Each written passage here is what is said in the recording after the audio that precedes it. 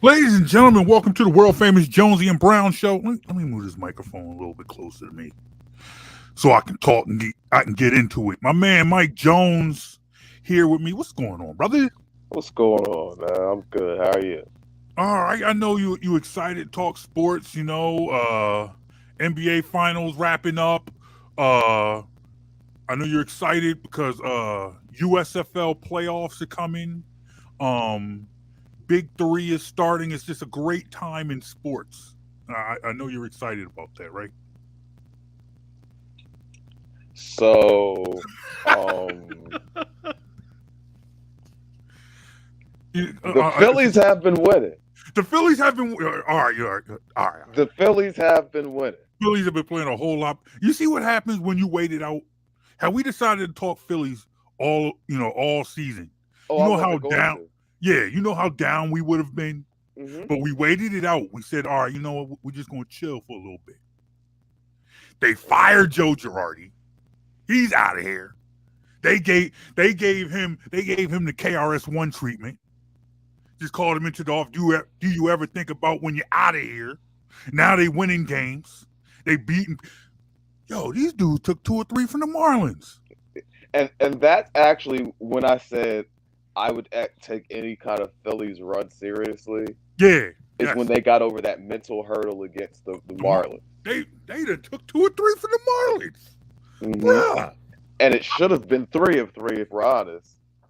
It's that they blew an 8-4 lead in the 8th in the second game of the series. Yeah. So, see, here's the problem though. Wise man once told me, when you fire your coach or manager, when you fire the head guy and replace him with an assistant, and you start winning, that means you had the answer the whole time. The answer was right there. The problem, the solution to the problem was right there. And it's all right. So, I'm just glad they're winning. So you're saying Girardi was the problem? Yeah.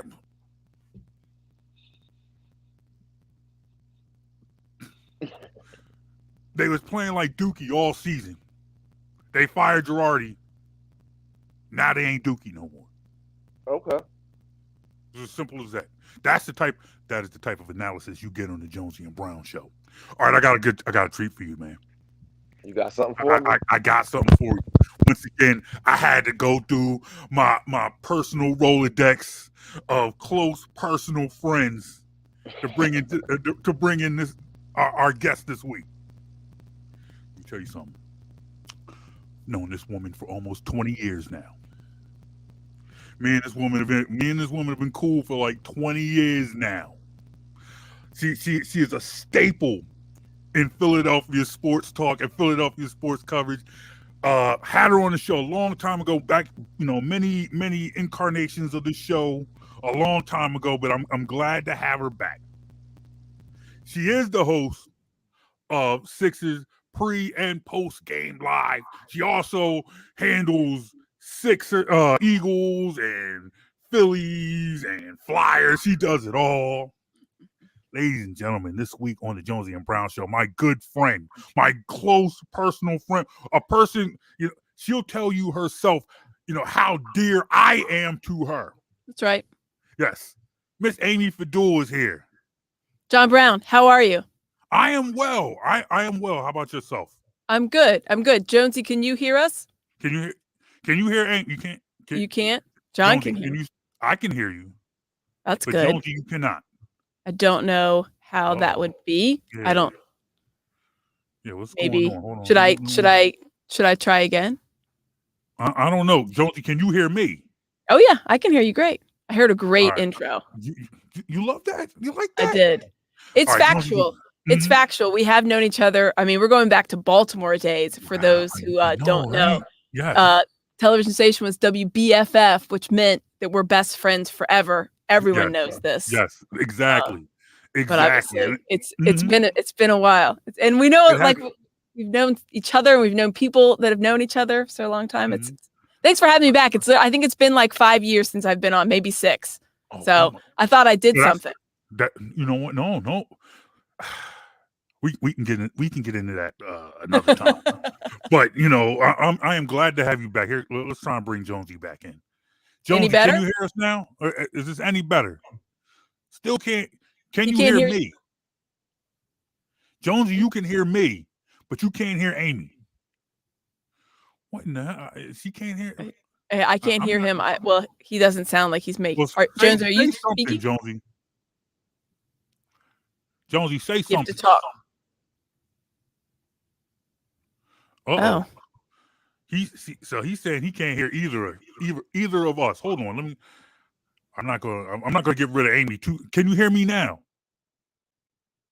You still can't hear me, but you heard me before. And then as soon as I brought Amy in, you couldn't hear Amy. And now he can't hear you. Now he can't hear me. Oh goodness! All right, we're gonna work on this. We're gonna work on this. That just means I have to come back again. Well, it means you have to have me on more than once every 6 years. That's up to you. I have no problem. If certain companies want to break some bread, and send a little bit my way, I would have no problem making. In fact, speaking of breaking bread, though, mm-hmm. You want to tell all the good people at home our wager. Yeah, I won. Yeah. That's. I lost a bet, ladies and gentlemen. Big one, and it's a big one. And I probably it's been a while, maybe about 5, maybe. Yeah, I feel like we made the bet. What year did it's a Ben Simmons bet, everyone. What year did Ben Simmons get the max contract? Because I feel like we made the bet like a year or two before that. So maybe like his second year in the league, we made it. Okay. I believe that. And I realize, and it's my own fault. Mm-hmm. It's my own fault because I'm naive. I'm naive, and although I say this on this show I am a fan. I am not an analyst. I would be more objective if somebody would give me more money for this show. But since I do this show for free, I just give out my my opinion as a fan. So I wanted Ben Simmons and Joel Embiid to play forever. I just believe that this is what we do this for. Yeah. I believed in the process. I bought into the process. As people know, people watch this show, I still believe in the process, but that's that's for another time. But Amy bet me because and I believe you, and you had your doubts. Yeah, listen, you were one of the few that thought Ben Simmons wanted to be here from the jump. And I don't know where you got that indication. I think pretty much everybody saw that after his maybe second or third year. You're like, I don't think so. And then when they shipped out Jimmy Butler and you're thinking, yeah, maybe he does want to be here. But I stuck to my guns and I said, this guy does not want to be in Philadelphia. He wants to have his own team. He thinks he's a superstar. He thinks he's all this. That's not to say Ben Simmons isn't a great player at the time. Obviously, we've seen a little bit more of what to expect with him. But I said it at the time. It was easily 5 years ago. And I said, John Brown, this guy's he's not going to play his career here. John Brown absolutely is going to finish his career here. This is where he's going to be. They're going to bring us a championship. It's going to be great. I was like, John, that guy wants to be in LA so bad it hurts. I can feel it. And so we made a wager of dinner. I believe. Yes, we did. Mike Jones is back. Mike Jones. I can actually hear her now. Hi, Mike Jones. How are you? I'm good, buddy. I'm good. I'm actually mad that Mike Jones is here now because he's going to come in here right at this point now and say, "Hey, I told you so." I did. Everybody knew it.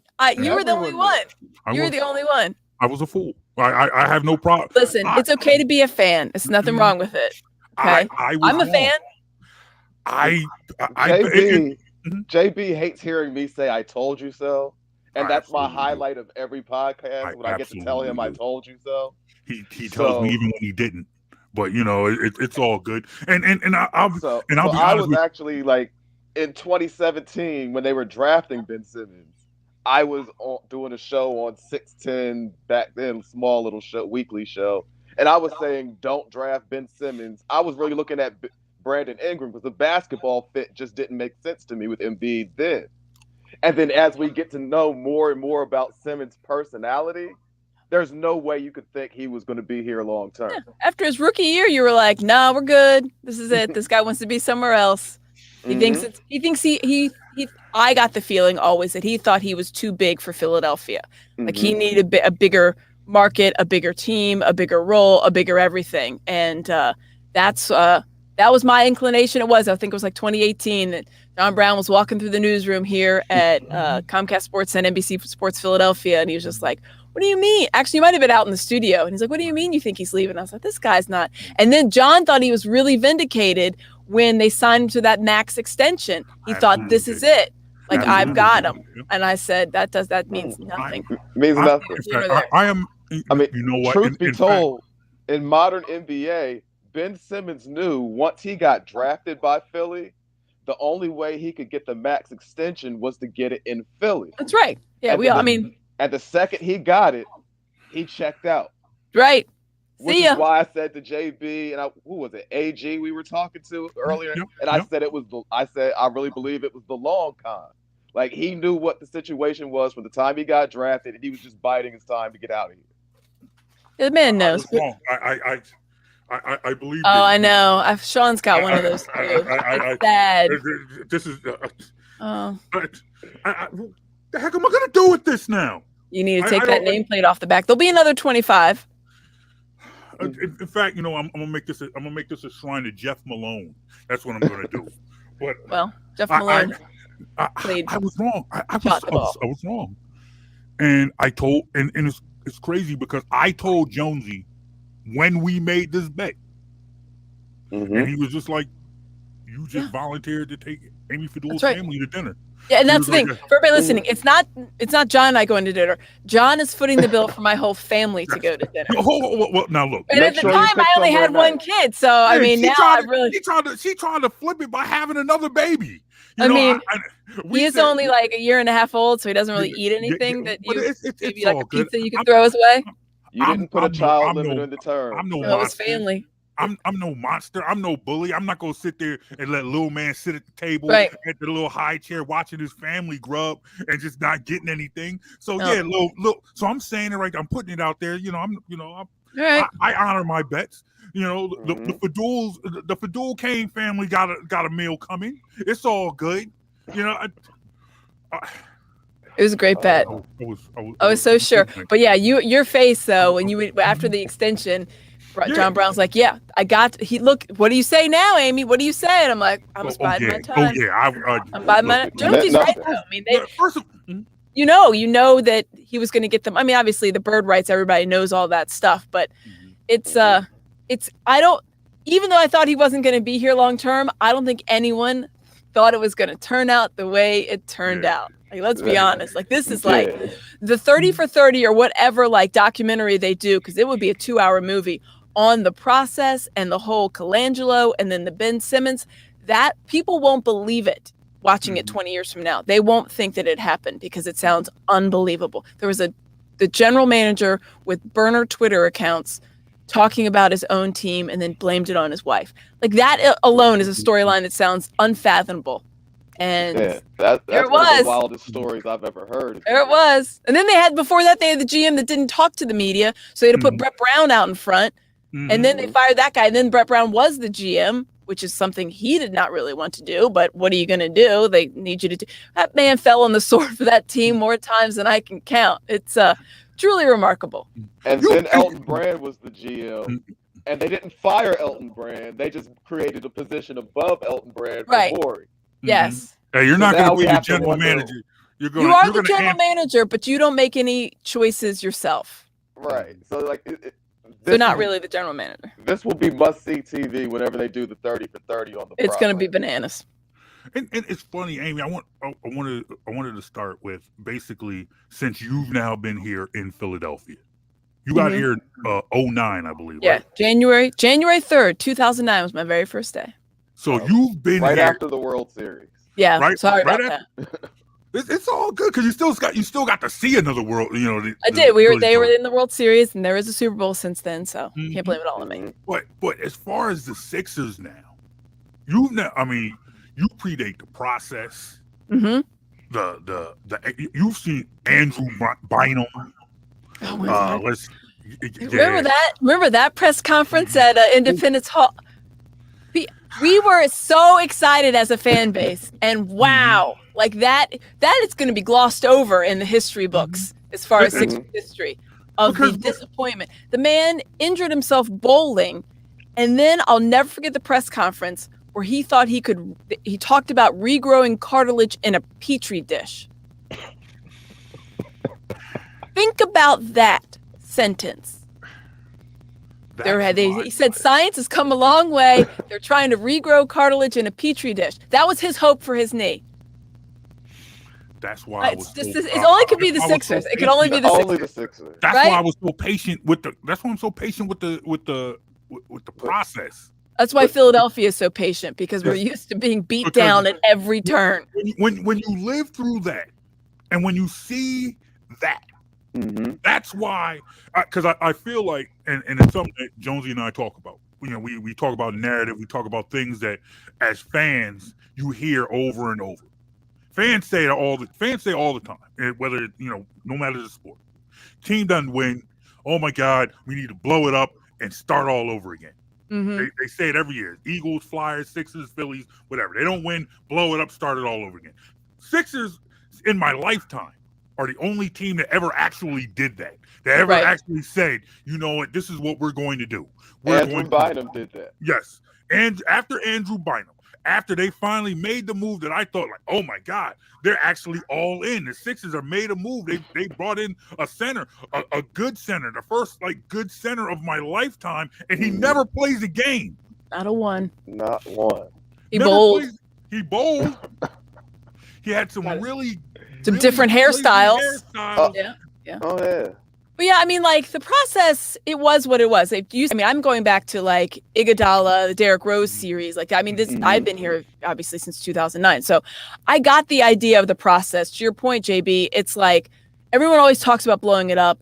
The NBA, I mean, they used to really be able to reward you for blowing it up, but now obviously it's not a guarantee. The NFL, it's a lie. Everywhere else, it's a lock. Like, you blow your team up, you're going to get the number one pick. But for them to be in their mindset of, we're tired of being stuck in this 7-8 seed and not getting out of the first round, I got the idea behind it. Tank for those better picks. It does work. There is an idea behind it.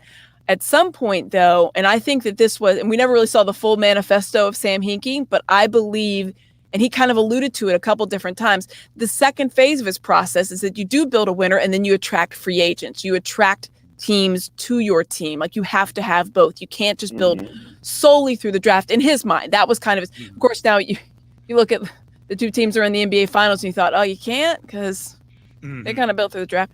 But you have to have good evaluations. Obviously, the Sixers have missed on some of their draft picks, but when you look at it, Joel Embiid, that perfect, there you go, great. Ben Simmons, on its face, great pick. And they've had some good decisions, but then they're coupled with bad decisions. So the process is officially over for me, because you can't keep doing it. Like, though that ship has sailed as far as trying to do that. You've already gotten the picks, no more assets, all that stuff. That chapter is now behind you. Did the process completely work? No. Did it completely fail? No. It got you what you wanted at the time, which was to get you out of that 7-8. The problem is they wanted to get out of the 7-8 because they couldn't get past the second round. And look where we're at. We still can't get past the second round. They've gotten past the second round one time since Dr. J retired. Wow. Think about that. One time since Dr. J retired. Dr. J was playing. He stopped playing, and they were thinking, oh, yeah, no, we're going to be good. One time, the AI year. So, I mean, it's over 20 years at this point. So that, to me, when I think about the process, I'm like, it didn't work in the regard that it didn't work to its complete fruition. It worked. You got your assets. You got your players. You're in good shape there. But now you got to build the winner. And that obviously takes a little bit more finesse than just, tanking whatever else. But yeah, I mean, you had to do it, I thought at the time, because you were tired of being in that 7-8 seed every year. if you made the playoffs, it was great, but you're always going to be in that 7-8 seed, and you got smoked by the first, the top team. So with that being said, if the process in your mind at least is over, what direction would you like to see the Sixers go in from here? I mean, now you got to build. Yeah, you got to build. You got to pick your stars, and you got to build around them. I mean, you have to go kind of old school in this way. John, you were talking about revamping and blowing up teams. One thing that I think the Sixers really need to take a keen eye on is their scouting department. I know they've had scouts come and go, but some of the picks they've had over the years and some of the decisions they've made have been really problematic. Watching Mikal Bridges do what he does for the Phoenix Suns is not just like disheartening. It's a physical pain almost. Because if you wanted a player that would fit immediately on the Sixers 3 years ago when he got drafted or last year, it's Mikal Bridges. He's a quintessential wing 3-and-D. And it's like, my God, I feel like I'm talking about the Flyers. Like, they need a goalie. Duh, they've needed a goalie for 50 years. We need a closer for the Phillies. Yeah, they've needed a closer for 10 years. So it's the same linebackers for the Eagles. It's the same kind of rhetoric like in each team. So it's like, oh, you need a wing 3-and-D guy? Yes, the Sixers need that guy. We had just him. gave one. Yeah, it wasn't like they could have drafted him. Like when people say like, oh, they could have had. They actually had him. He was here. I worked that draft night. I saw we took the press conference. He's got the Sixers hat on, and while he's speaking, I get the note in my ear that he's been traded to the Phoenix Suns, and I thought, there's no way. That can't be. There's no way. There's no way. So the evaluation of like some of the decisions has to really, I mean, obviously you can go back and you can look at the, Landry Shamet and Zaire and all those other picks. You're like, all right, maybe not so great. You're always going to have a couple of misses, but to have a guy that grew up in your backyard and then played college ball at the highest level with a national championship also in your backyard, you draft him and then you trade him. And then you see that he turns into one of the best defensive players and a pretty good 3-point shooter. That's hard for me. So like when I think about it, that man's mama worked for the team. His mom worked for the team. You traded. To your point, during Sixers season, I would regularly text JB. The Sixers need to draft a guy like Mikal Bridges. Like I'd say it was such an easy decision. Like we need to draft a guy like him. Like so when you think about like what's next in the process, it's about building around the team, and I think you're building around Tyrese Maxey and Joel Embiid. Okay. Those are your guys. That's what you've got. You need to make that decision. Now, obviously, Tyrese Maxey, he's got a lot of trade value. So if you really want to go after some big fish, he's going to be your guy. But I can tell you one thing: this city would revolt. I've never seen in my 14 years here, and obviously you guys are from here. I've never seen any athlete get accepted and praised and elevated as quickly as Tyrese Maxey has. People love him. They love his work ethic. They love the style of game that he plays and the fact that he has fun out there. He's always smiling and he plays hard. Even when they're getting blown out in that last game, that guy's out there he's probably the only one that was out there giving everything that he had. So I understand that he has the highest trade value right now. We all know Tobias doesn't. I know everybody wants to get rid of that contract. If he manages to get rid of that contract, listen, he got rid of the Al Horford contract, so I guess Daryl Morey can do anything. But but to me, it's like, all right, we look at our core guys. You look at who has success around the league. It's a copycat league. You got to emulate somebody. You can't try to be this rogue or whatever and think you're going to reinvent the wheel. You're not. You need to build around those guys, and you need to get a dog. You need to get a guy that's got that mentality. You look at the last 4 teams that were in the playoffs, everybody had that guy, that mentally tough guy, the guy that did the little things, the PJ Tuckers, the Marcus Smarts, Jimmy Butler even, obviously. They had Jimmy Butler again, but we won't revisit that.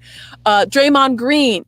You need to have Kyle Lowry. You need that guy, that bulldog that's going to do the little things for you, that doesn't show up in the stat line. But, man, do you want him out there on your team?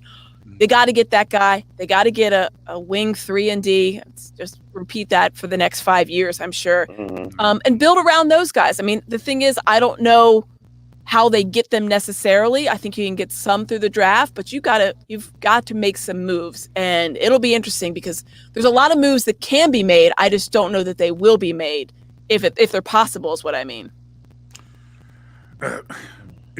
See, that brings me back, and it's something I talked about a chance meeting a couple years ago with the Morris brothers. It just happened to run into them, and I just strike a real quick conversation and say, "Hey, how you doing?" I'm like, "Hey, I'd be better if y'all were here in this town." And they were simply like, "Hey, man, this team doesn't want us."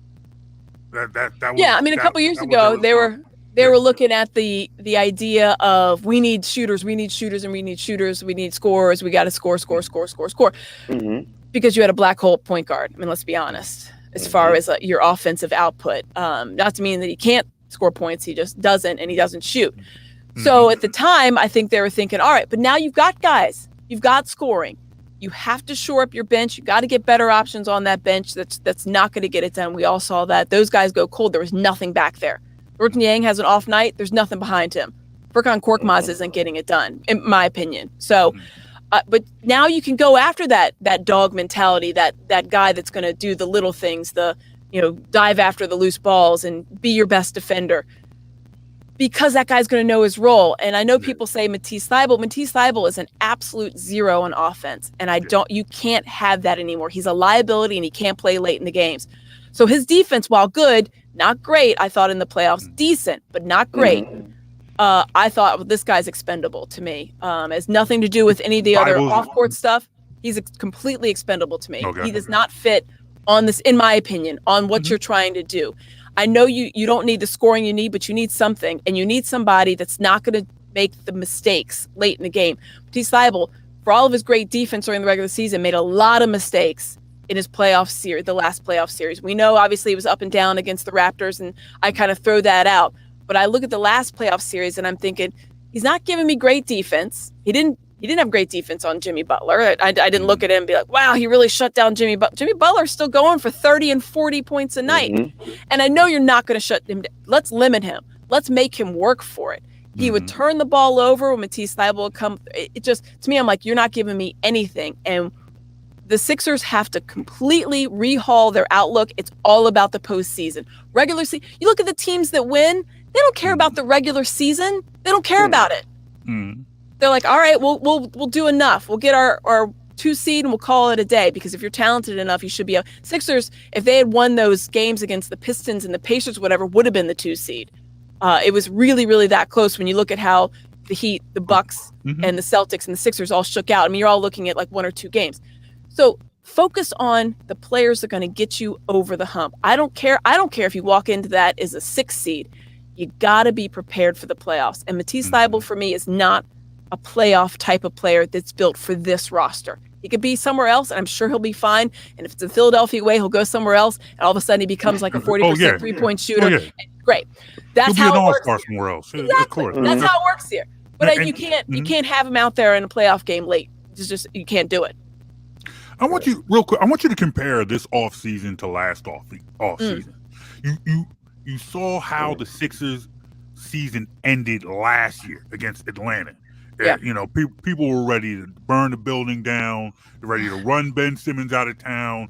We hated Ben Simmons. Ben Simmons turned around and said, hey, I hate y'all too, Let's just make this unanimous. But now we go into this season, and with the Ben Simmons saga, it kind of tempered expectations because you didn't know what you were going to get all season. They were able to get, I guess, the best possible trade for him at this point. Now you're in an off season where you have to decide what you are going to do. Should fans be more optimistic this off season than last, or is this pretty much is it the same thing? I mean, I think the expectations need to be higher. To your point, expectations were high and then they were quelled a bit because it was like, well, we don't even know who's going to be suiting up for this team. So I think expectations need to be at the same level or higher. You have to be thinking minimum Eastern Conference Finals, minimum. That's it. Nothing else there's nothing else that's acceptable if I'm looking at it objectively. Like, listen, what are we doing? Because James Harden's going to opt in. Of course he is. And I talk to people all the time like, I can't believe it. Wouldn't you take $47 million? Yes, he's going to opt in. Of course he's going to opt in. Now, the Sixers have the decision making. There's a report out there about giving him a short-term deal. And the reason you would do that is because, listen, you already have him for a year. Do you want him to be that lame duck guy? I mean, we all know his track record of maybe level of effort. He's 33 years old. Is his level of effort going to be there if he only has the one-term deal? Some say yes, because it's a contract year and he's looking to get, that big money out there.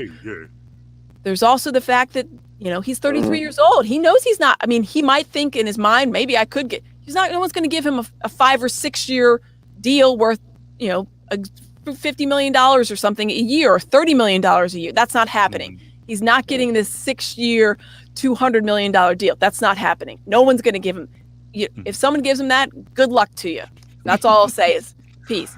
But I will drive him to the airport. Yeah, exactly. You know what? I'll drive him to wherever it is. Let's go. Let's go to Thunder. All right, Oklahoma City, here we come. So, I feel like he is a guy that you have to commit to a little bit. 2-year deal. And then you can move off of it. If it doesn't work out, if it comes next year and you're like, listen, it's just, we gave it another good try. We gave it the whole year instead of just the 21 regular season games. We gave it, all 82 or however 70 that he plays, and it didn't work out. Then you cross that bridge. But I think you have to make that smaller commitment to him. So you're going in and you have Embiid, Tyrese Maxey, Tobias Harris, and James Harden. That's for sure. That's done. Danny Green, obviously, he was on a 1-year deal. You don't know what's going on with that. You really need to get a guy that can contribute. Danny Green obviously was hurt, so I don't even know when he would be expected to be able to play again if the Sixers did re-sign him. But you go out and you find a 3 and D guy.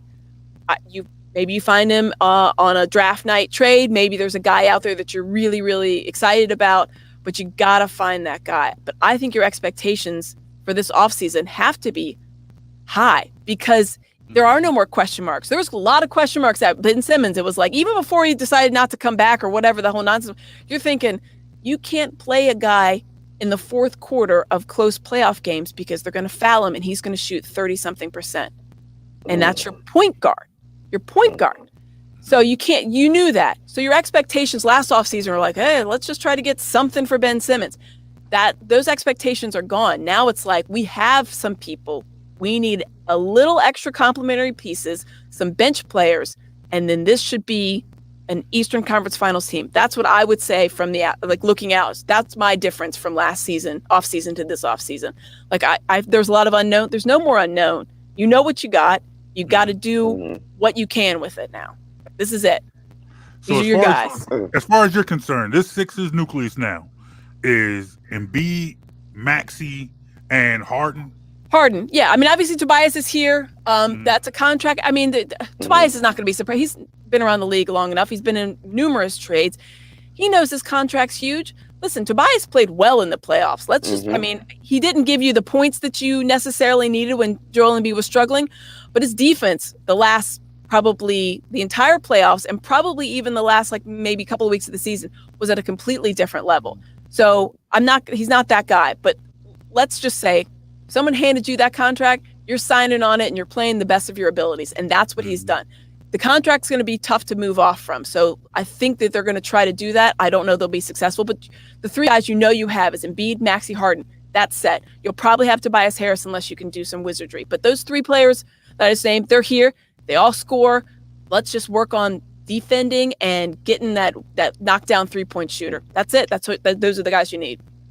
And the one thing I've been saying about this roster is that on top of everything you said, I think they definitely have to get significantly more athletic. Oh, yeah. Gosh, that was exposed. It was exposed in the Raptors series big time, but in the Heat series, they just struggled. They struggled during the regular season with those at the Hawks, who were not good this year, but they're a very athletic squad. Any team that had just straight up athletes, you're just like, well, Sixers are going to struggle today. And if they hit their threes, then it wasn't a struggle. But if they didn't, they can't keep pace. They've got one athlete, really. Let's look at it. They got one guy that can get up and down the court and really kind of maneuver. And it's because he can't score. There you go. It's like, all right. And on the offensive end, Tyrese Maxey can go, but he's a fine defender, but he's not a great defender. He gets up and down the court, but he's 21 years old, so he's going to make the mistakes. And granted, I thought he made a huge leap. There's no doubt about that. That is the real silver lining, the whole Ben Simmons saga, is that we don't know. I don't think we would have seen what Tyrese Maxey could have become this year if Ben Simmons was on this team. I know that because he wouldn't have played the way that he had to play. But yeah, I mean, it's just an athlete, just you see the draft now. And if I'm like looking at these draft analysis and it says like athletic, I'm like, well, that put him on the list. Mm-hmm. That's a guy. Put him on the list. Moved him up. Okay, yep. Let's take him from back at in football when they say the position. Just I'm an athlete. That's great. I don't care what you do. You're an athlete. Sign us up. All right. Well, look, Amy, I know you. Real quick, because I know you're up against the clock. I know you got to go soon. Real quick, I just want Eagles.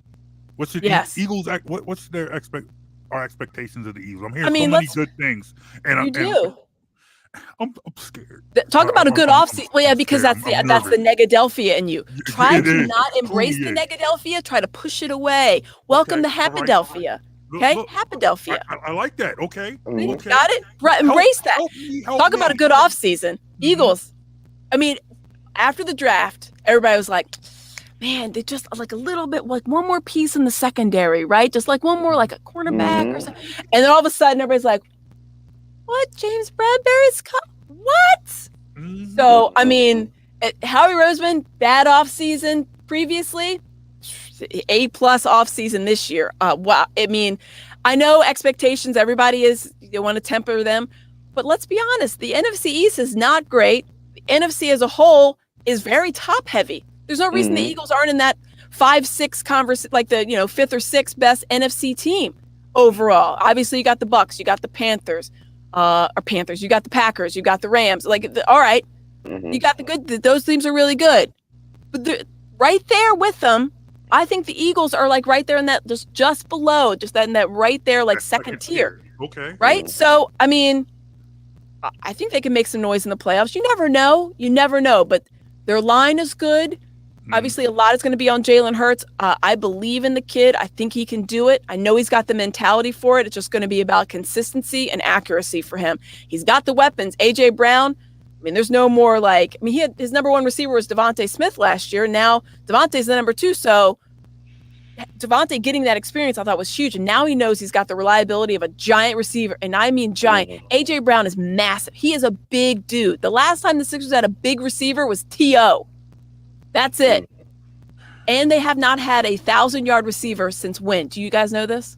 Jeremy Maclin, 2013. 2014. Think about that, Jonesy. 2014, 1,000-yard receiver. They've had close, like 899 and 902 and 1,000-yard receiver since 2014, and it was Jeremy Maclin. No offense, Jeremy Maclin. He's not in the league anymore. That's exactly what I needed. So I am a Negadelphian. I admit that. Hapadelphia.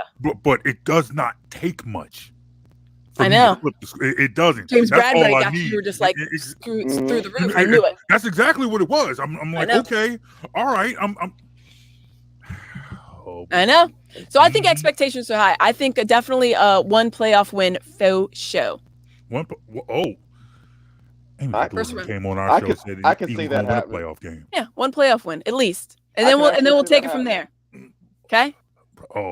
Schedule's good too. Schedule's good too. All right, real quick. Phillies, are they for real? Is this real? Is this real, or are we going to be right back where we were a month ago? No, I don't think we're going back there. I think this manager, he's just a no-nonsense guy. If you listen to the press conferences after the game, you have no idea if they won or lost, and that's exactly what I like. I love that because he's a guy that's been through the wars. Obviously, this is his first opportunity, but he is not new to the game as far as managing and being on the bench and being in that clubhouse. I think this team's the real deal. I mean, sometimes it does take a little bit of a change, and you don't know what was said or what was done or what the tweak was, but the fact that there was one. But I think this is who they are, who we thought they were. I think now they are who we thought they should be.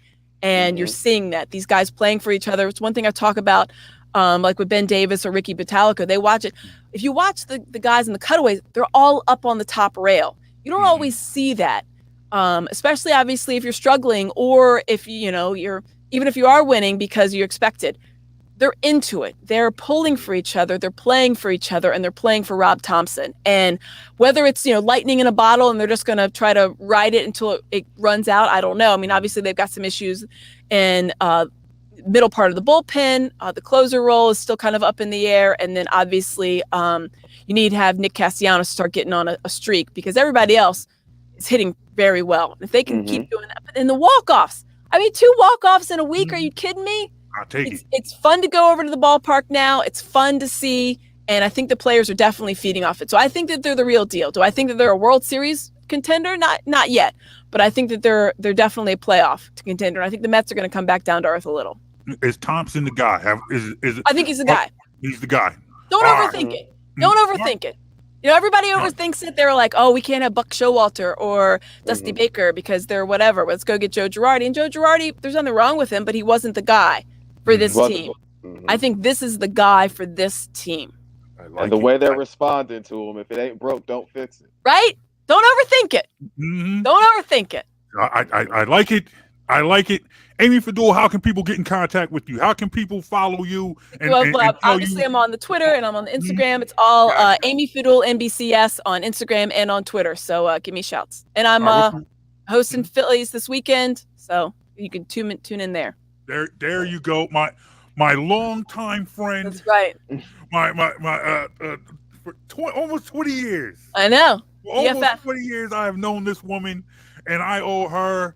Shout out to your husband. Shout out to your 2 boys. Y'all got a dinner coming on, and I might even let y'all supersize if possible. Like, you know, I don't know. I think the boys might be able to. You know, the boys might be able to share large order of fries. So you might and know you have a real fan in Jonesy, because I'm a fan of anyone who can get JB to lose at anything. So see, there you go. You all right, Jonesy. Lifelong fan in me. I love it. Thank you, guys. Thank you, Amy. Appreciate you. Love you, girl. You got you. Thank you. All right, love you guys. Ladies and gentlemen, that was Amy Fadool. Oh, that was fun. That was fun. I look, man. I knew I lost that bet. I just. I'm glad you knew. You know, sometimes, and I'm trying to get better at this. I'm trying to get better at this because I'm going to make a confession. I like to argue. I don't think you're breaking any news there. No, I'm just, you know, you know this because you and I we've been doing this show for a long time. I like to argue. Anyone who watches or listens to this pod knows you like to argue. You're not breaking any news. But I am trying to get better at it. I am. I am truly trying. For clarification, are you trying to get better with the desire to argue where you don't want to argue as much? Or are you trying to argue as much? Or are you trying to get better at arguing? No, I don't need to get better at arguing. I don't need to get better at arguing. I'm pretty good at arguing. And that's part of the problem. Because I'm so good at arguing, I don't necessarily need to be right to argue. Whereas it's like, look, you know, I'm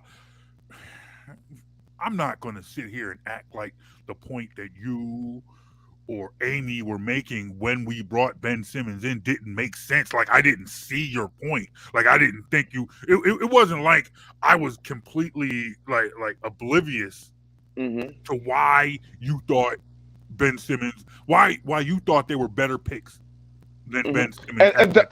And don't get me wrong. At that point, I thought Ben Simmons was the clear number 1 pick. I also thought you could have swapped picks with New Orleans, got something extra, and took Brandon Ingram. Yeah. It's like, I understand why Ben, like, it's not like the Markelle Fultz situation where I just don't think he should have been taken number 1.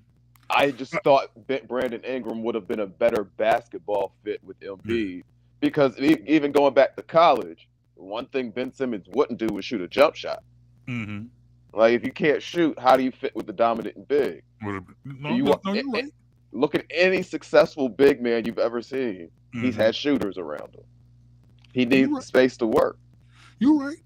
You are right.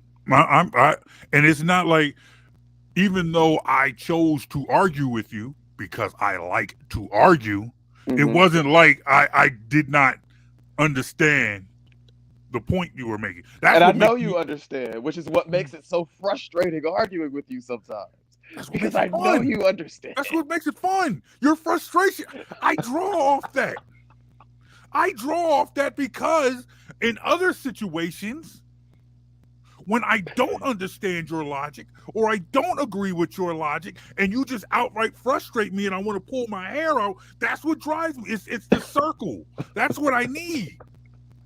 So when it get to a point where I'm just like, all right, I'm just messing with Jonesy now. I'm just toying with him because I see his point. I understand. I just believe that, hey, you draft this dude number one, everyone likes him. It's going to be all good. And it's like when Amy was making a point, like, yo, this dude doesn't want to be in Philly. He's got ideas. And I'll say, and I'll put it to you like this. And we just didn't have enough time to get into it with Amy. But I kind of felt, I kind of felt that way about Iverson, in a sense that he had designs on a market bigger than Philadelphia. But I think Philly, I think he may have had that originally, but yes. once he got here, yes, once he spent a little time here, yes, he and the city embraced each other in a way where he knew it worked. Yes. Ben Simmons never had that moment where he's like, "I've embraced the city." But that's my point. Mm-hmm. I felt like if we were patient, that moment for Simmons would come. Like he would have that moment. Like I like what you just said. That's exactly how I felt. Like Iverson had, like I thought, like Iverson's persona and his, for lack of his character. What the vibe he gave off, kind of, he was going to be the guy, the true guy for the streets. He was going to represent the hood. He was going to be that guy. I hear you, and I see what you're saying. For me, though, the biggest difference was that while Iverson had that in him, I want to be a celebrity. I'm here for the people and all this. Mm-hmm. Iverson at heart was a competitor. Mm-hmm. He was a dog. And you put him out there and his guys that went to war with him and the fans who embraced him during those battles, he's not going to want to leave that because he went to war with you. Mm-hmm. Ben Simmons never had that in him. No, you're right. He just wanted to be a celebrity. No, you are absolutely right. And I guess for me, it was like I was trying to be patient, hoping that would come out of Ben eventually. Have you ever seen that come out of somebody who didn't have it, just have it from the start? No. And well, no. And that's the thing, especially with basketball players. Skill sets develop. Mm-hmm. Instincts and personalities don't. Mm-hmm. No, you're right.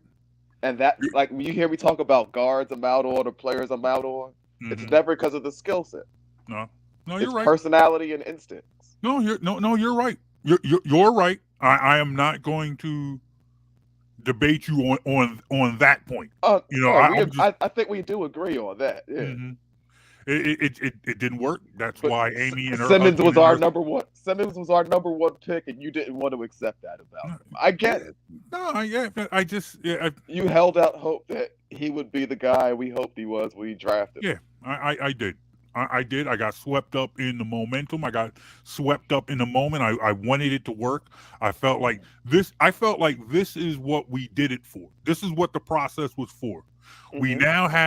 We now once we started to actually see the type of player Embiid was, that first year when we finally after the 2 years that he spent on the bench, and you got to see it. Mm-hmm. Then you get Ben Simmons. I'm like, oh, okay, all right. And we're going to take this slow because you got Ben Simmons. And then remember, Ben Simmons sat his rookie year. And I'm like, okay, let's see this. Let's see it play. And I was hoodwinked, man. That's all I'm gonna say. Brother was hoodwinked. I mean, think about the fact that, let's see, Markelle Fultz and Ben Simmons were back-to-back number one picks. Yes. How many three-pointers combined do you think they made in Philadelphia Sixers jerseys? They're both guards. Both guards. I am not sure, but that number is low, and probably 95% of them belong to Fultz. That's probably true. I'm not sure. I'm not sure what the number is, but I'm pretty sure I would probably say I could count how many belonged to Simmons on one hand with fingers left to spare, and the rest were all Fultz's. Well, let's see. Fultz in a Sixers jersey. His rookie year played 14 games and averaged 0.1 3-point attempts per game. In his second year, he played 19 games and averaged 0.7 3-point attempts per game. So that probably puts you somewhere around 13 or 14 threes attempted from Markelle Fultz in a Sixers uniform. Let's see what Ben Simmons You as. just feel like twisting a knife today, don't you? I do. Yes, You I just feel absolutely like do. You saw all that. You saw how we ended. You saw Now, all that optimism that we had when we ended that interview with Amy Fadool. You just felt like, you know what, I'm going to take that and throw it in the toilet. Now, Ben Simmons averaged 0.1, 0.1, 0.2. Yeah, so for his career, in 4 seasons that he actually played, he averaged 0.1, 0.1, and 0.2 3-point attempts per game. So that puts you, and that includes half-court heaves and everything. So between the two of them, you might have got about 50 3-point attempts in a combined 6 seasons. And bro, what do you want from me? I don't want anything from you. I just felt like looking at the numbers. Why? Why did you feel like looking at those numbers? What for? I'm a sadist. Well, stop. I don't know. I just wanted to look at the numbers. It popped in my head. You just felt like being sad. You wanted to be disappointed. I mean, honestly, I just popped in my head. I wonder how many threes combined they attempted. Real quick, shout out to my man Javon. Javon's watching. Said Ben was hell bent on not shooting, and he won't do it in Brooklyn. Got that right. He also said, real quick, I still get sad about Markelle. Me too. Me too. Yeah. Your boy Bryant said, is there any instance where a person becomes way better in a sport after the first 4 years in the league? I think there are people who figure it out, people who get better. I don't know. Yeah. I mean, people who take steroids.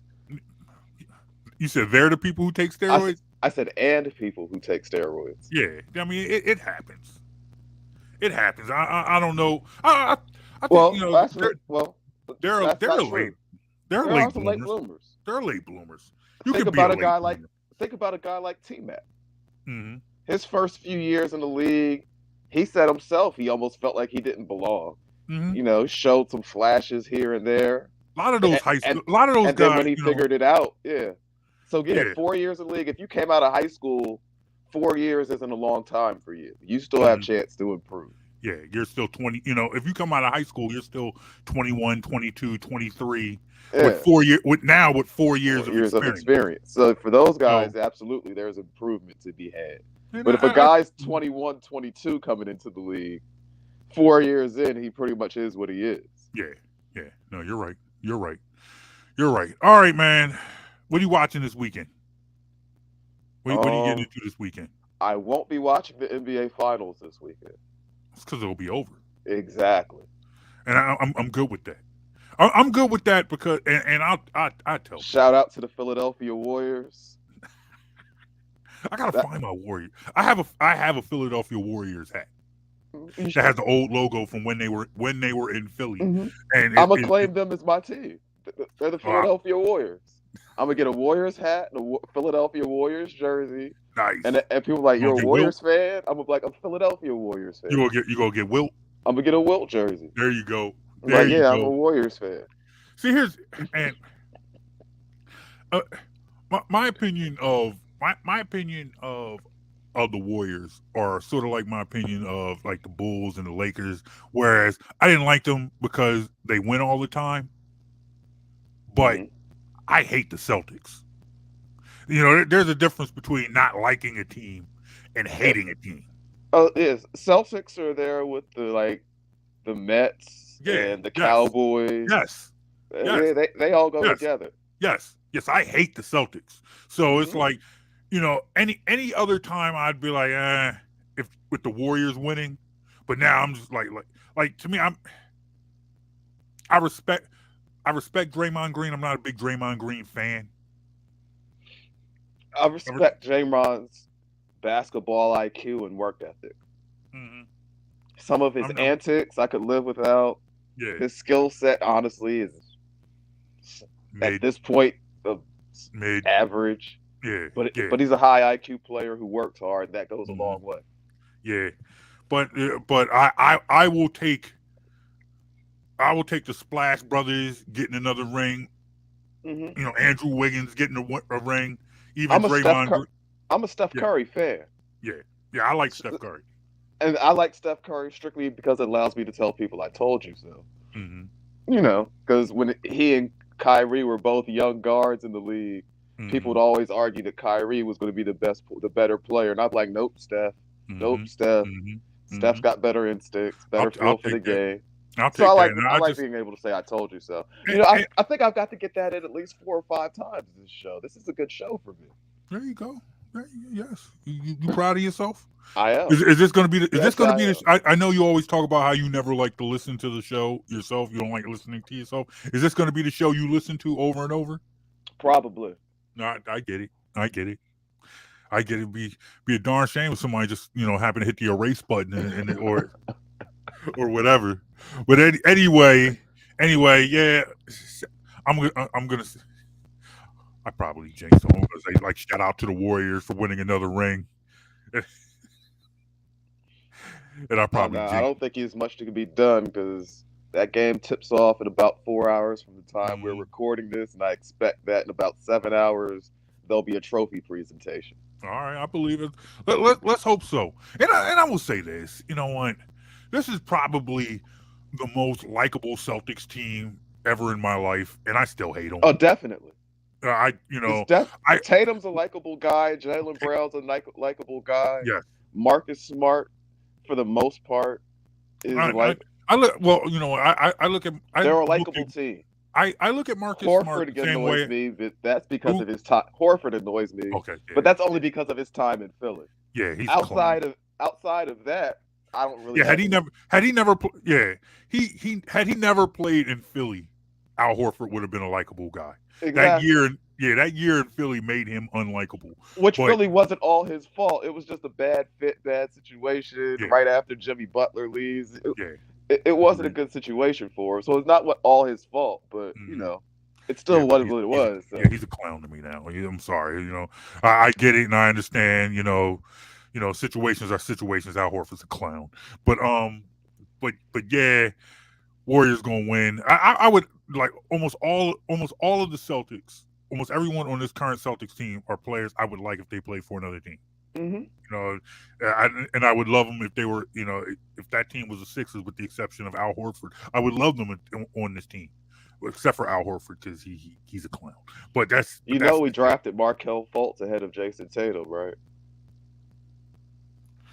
Hey, ladies and gentlemen, tell us what you think of this podcast. Hit us up on Facebook, Instagram, Twitter at Jonesy and Brown. It's all one word, Jonesy and Brown. Can also hit us up at BITW Sports, BITW Sports. Remember, this podcast is on PhillyGoFlow.com every Saturday morning at 4 a.m. You can't sleep, got some insomnia, you want to listen to your Bulls, hit us up on PhillyGoFlow.com. It's radio, all right? That's us. Saturday 4 a.m., Sunday 2 a.m. That is it. I'm not going to even address that last point that you made. Shout out to everyone who watched on Facebook, everyone who watched on YouTube. Shout out to my boy Javon. Hey, check us out next time. We'll probably talk, because before I talk any more about Fultz over Tatum, we'll have an entire show about the Big Three and USFL football. The Philadelphia Stars are in the playoffs, buddy. I know. I may watch that this weekend. All right, we got playoff football. Is it next weekend? Did they have the week off? I don't remember. I gotta look. I know. All I know is the big three is starting this weekend. Mm-hmm. So I'm in on that too. What'd you say? I said I'm in on the big three. I'm in on. Look, the group chat will be flowing. The group, we'll talk big three. We'll have some fun talking big three this summer. All right, no problem. All right, you guys, thank you for checking us out. Once again, shout out to our guest today, Amy Fadool. She's got a dinner coming her way, courtesy of me and Ben Simmons. All right, y'all have a good. Y'all take care. We'll see you guys next time. Peace, y'all. Peace.